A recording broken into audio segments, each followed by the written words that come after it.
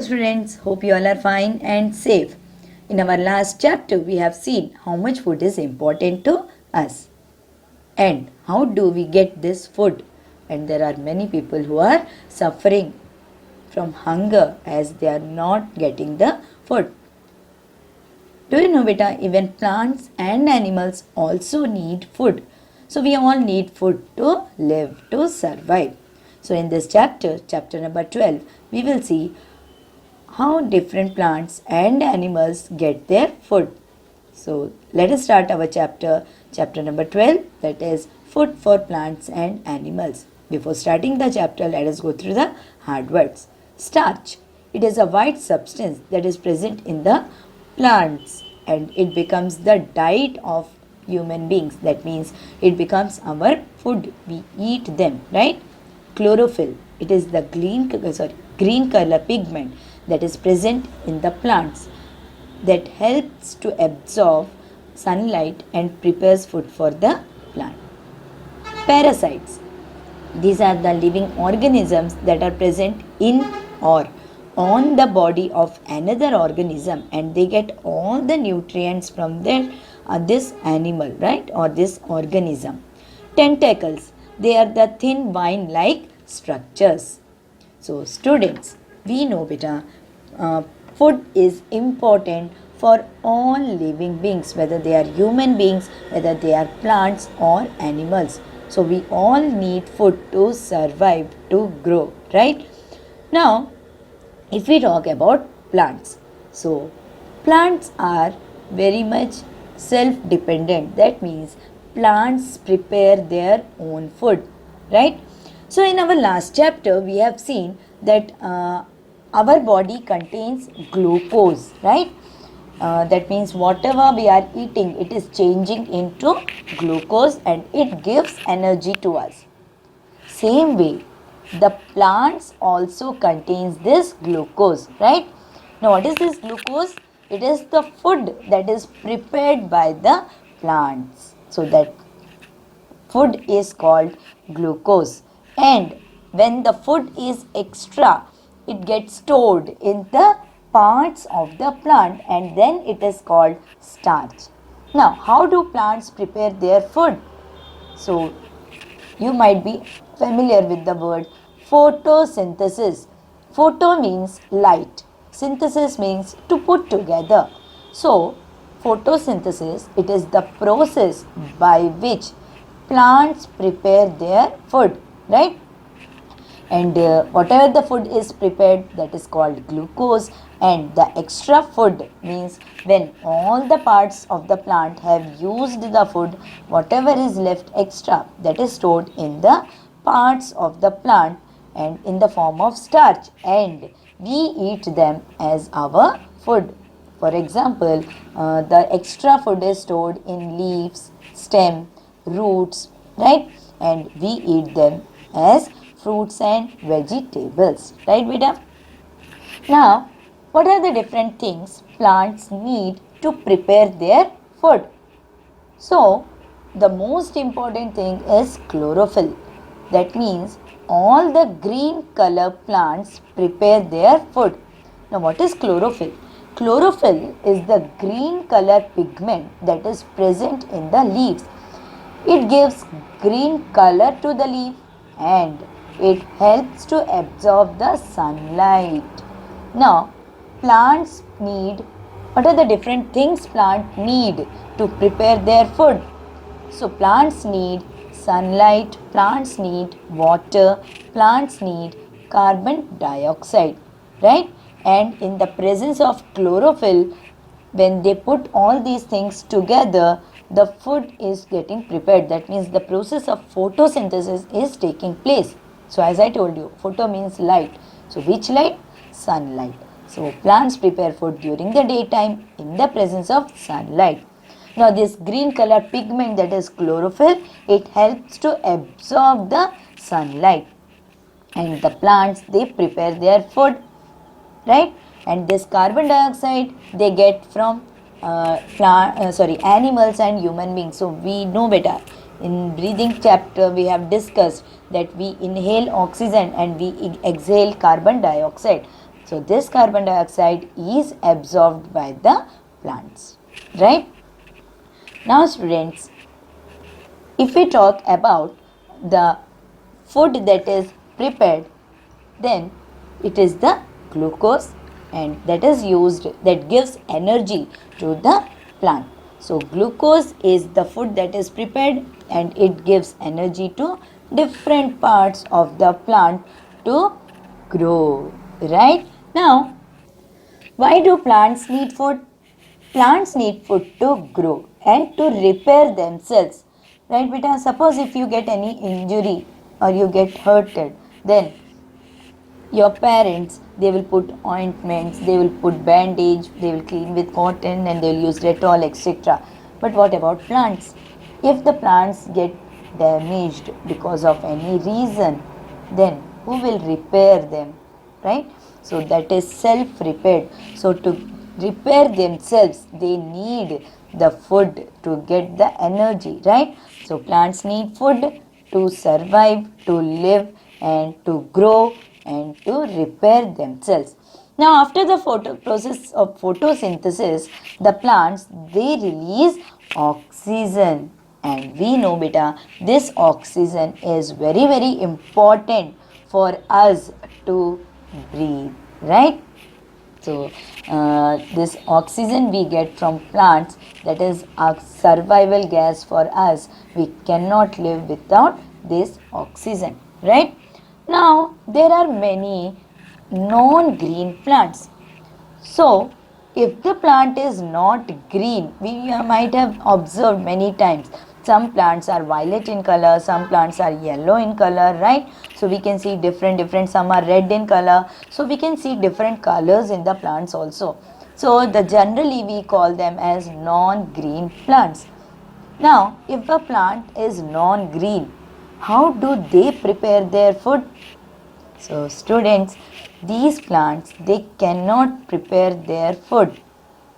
They get all the energy from the soil. So whatever the nutrients are present in the soil, they get all the nutrients from them. Other than this, there are some plants like moss, mushrooms, right? So there are some varieties of plants that depend on other plants for their food, right? So the other plants are called host, and these plants that depend on other plants, or we can say on other organisms to grow, like mushrooms, we can see them on the dead animals, right? So these are called parasites. Parasites means the living organisms that grow. It may be inside the body or it may be on the body, and they get all the nutrients from their host, means the other organism on which they have attacked or they are depending, right? Now while growing, the plants, they use all the nutrients that are present in the soil. Now what happens? Suppose we are using something, so it will get less. That means the stock will become nil, right? So the soil, it becomes lack of nutrients. So you might have observed farmers using manures and fertilizers. So why do they use manures and fertilizers? To give extra nutrients to the soil so that the plants can grow very well, right? Generally during the rainy season, the plants get enough water, right? And in the summer season, they get lot of sunlight, right? But during the winter season, we know beta, the sunlight hardly we used to get. Early in the morning, it's very cold. Early and late nights also it becomes very cold.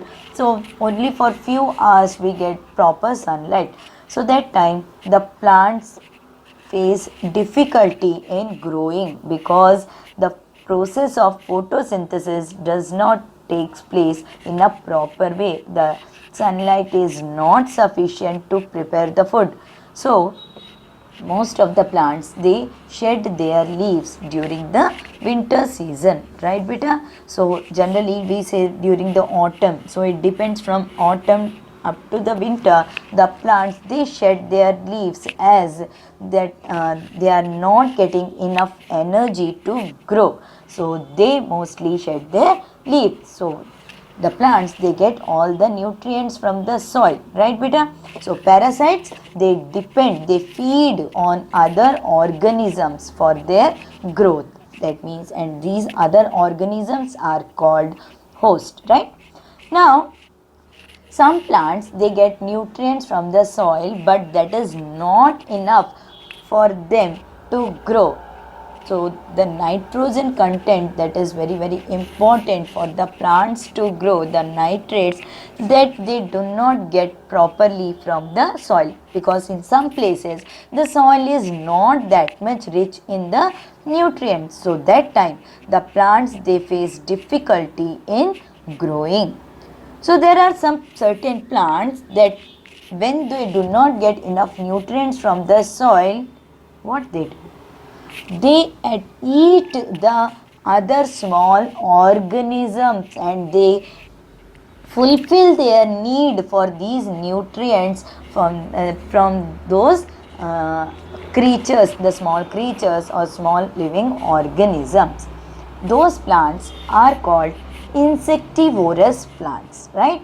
So generally they feed on the insects to grow for their survival, right? So these plants are called insectivorous plants. Now if we talk about the Venus flytrap, okay, so if you might have observed, the leaves, they have the sharp edges like this, right? So the leaves are shaped in such a way that it looks like a mouth only, right, with the teeth, okay, and in that they secrete some juices and they are filled with nectar. Now what happens when any insect, it gets attracted towards that nectar, it comes and sit on the edges of the leaves, right? Now what happens? Venus flytrap. So as the insect sits there, because of that slippery juices, the insect straight away slips in the bottom of that leaf and the leaf gets closed. So initially the leaf will be like this, open. As the insect sits here, it gets closed, right? So and when it gets closed, it secretes some juices that helps to dissolve that insect, and the plants get the nutrients. So in this way the pitcher plants, they attack the insect, so they are called insectivorous plant. That is about Venus flytrap. Now the pitcher plant, again if you see the shape of the pitcher plant, you know what is a pitcher? Pitcher is like something the shape of the matka, okay, actually it's not matka. Pitcher is called, in Hindi we call it surahi. That means, you know, the shape like this, like a pot with a lid, okay. So surahi, earlier we used to have those type of pots to drink water. So it is like this pot with a lid. So the pitcher plant also looks same like, so it is called, named as pitcher, or maybe vice versa. Seeing the pitcher plant, we have named like pitcher, okay.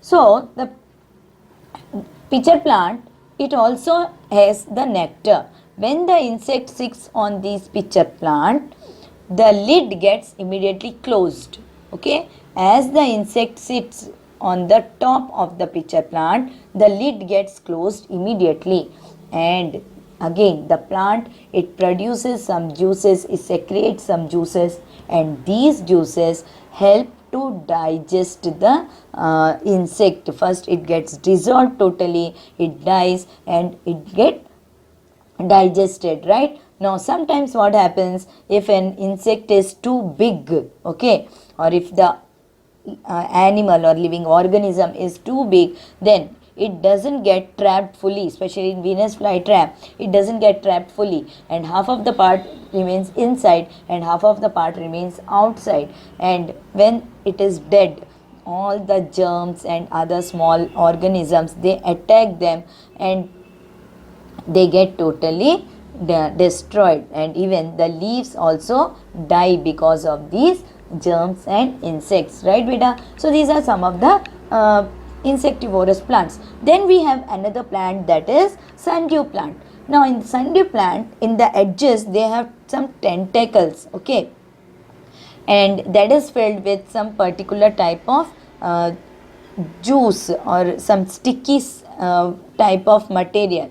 Okay, now when any insect is moving around that, it gets attached, it gets stick to that liquid, and it is again eaten by the plant. So insectivorous plants are the plants that eat the insects. They get all the energy and nutrients from these insects, small creatures, as the soil is not that much nutritious to give energy for the plant to grow better. So this is how the different plants, they prepare their food and they survive and they live and they give us oxygen and helps to maintain our balance in the nature, right? So that's all for today's class. In our next video we will talk about the animals. Till then, read the chapter thoroughly. Hope you enjoyed this session. Bye, take care, have a nice day.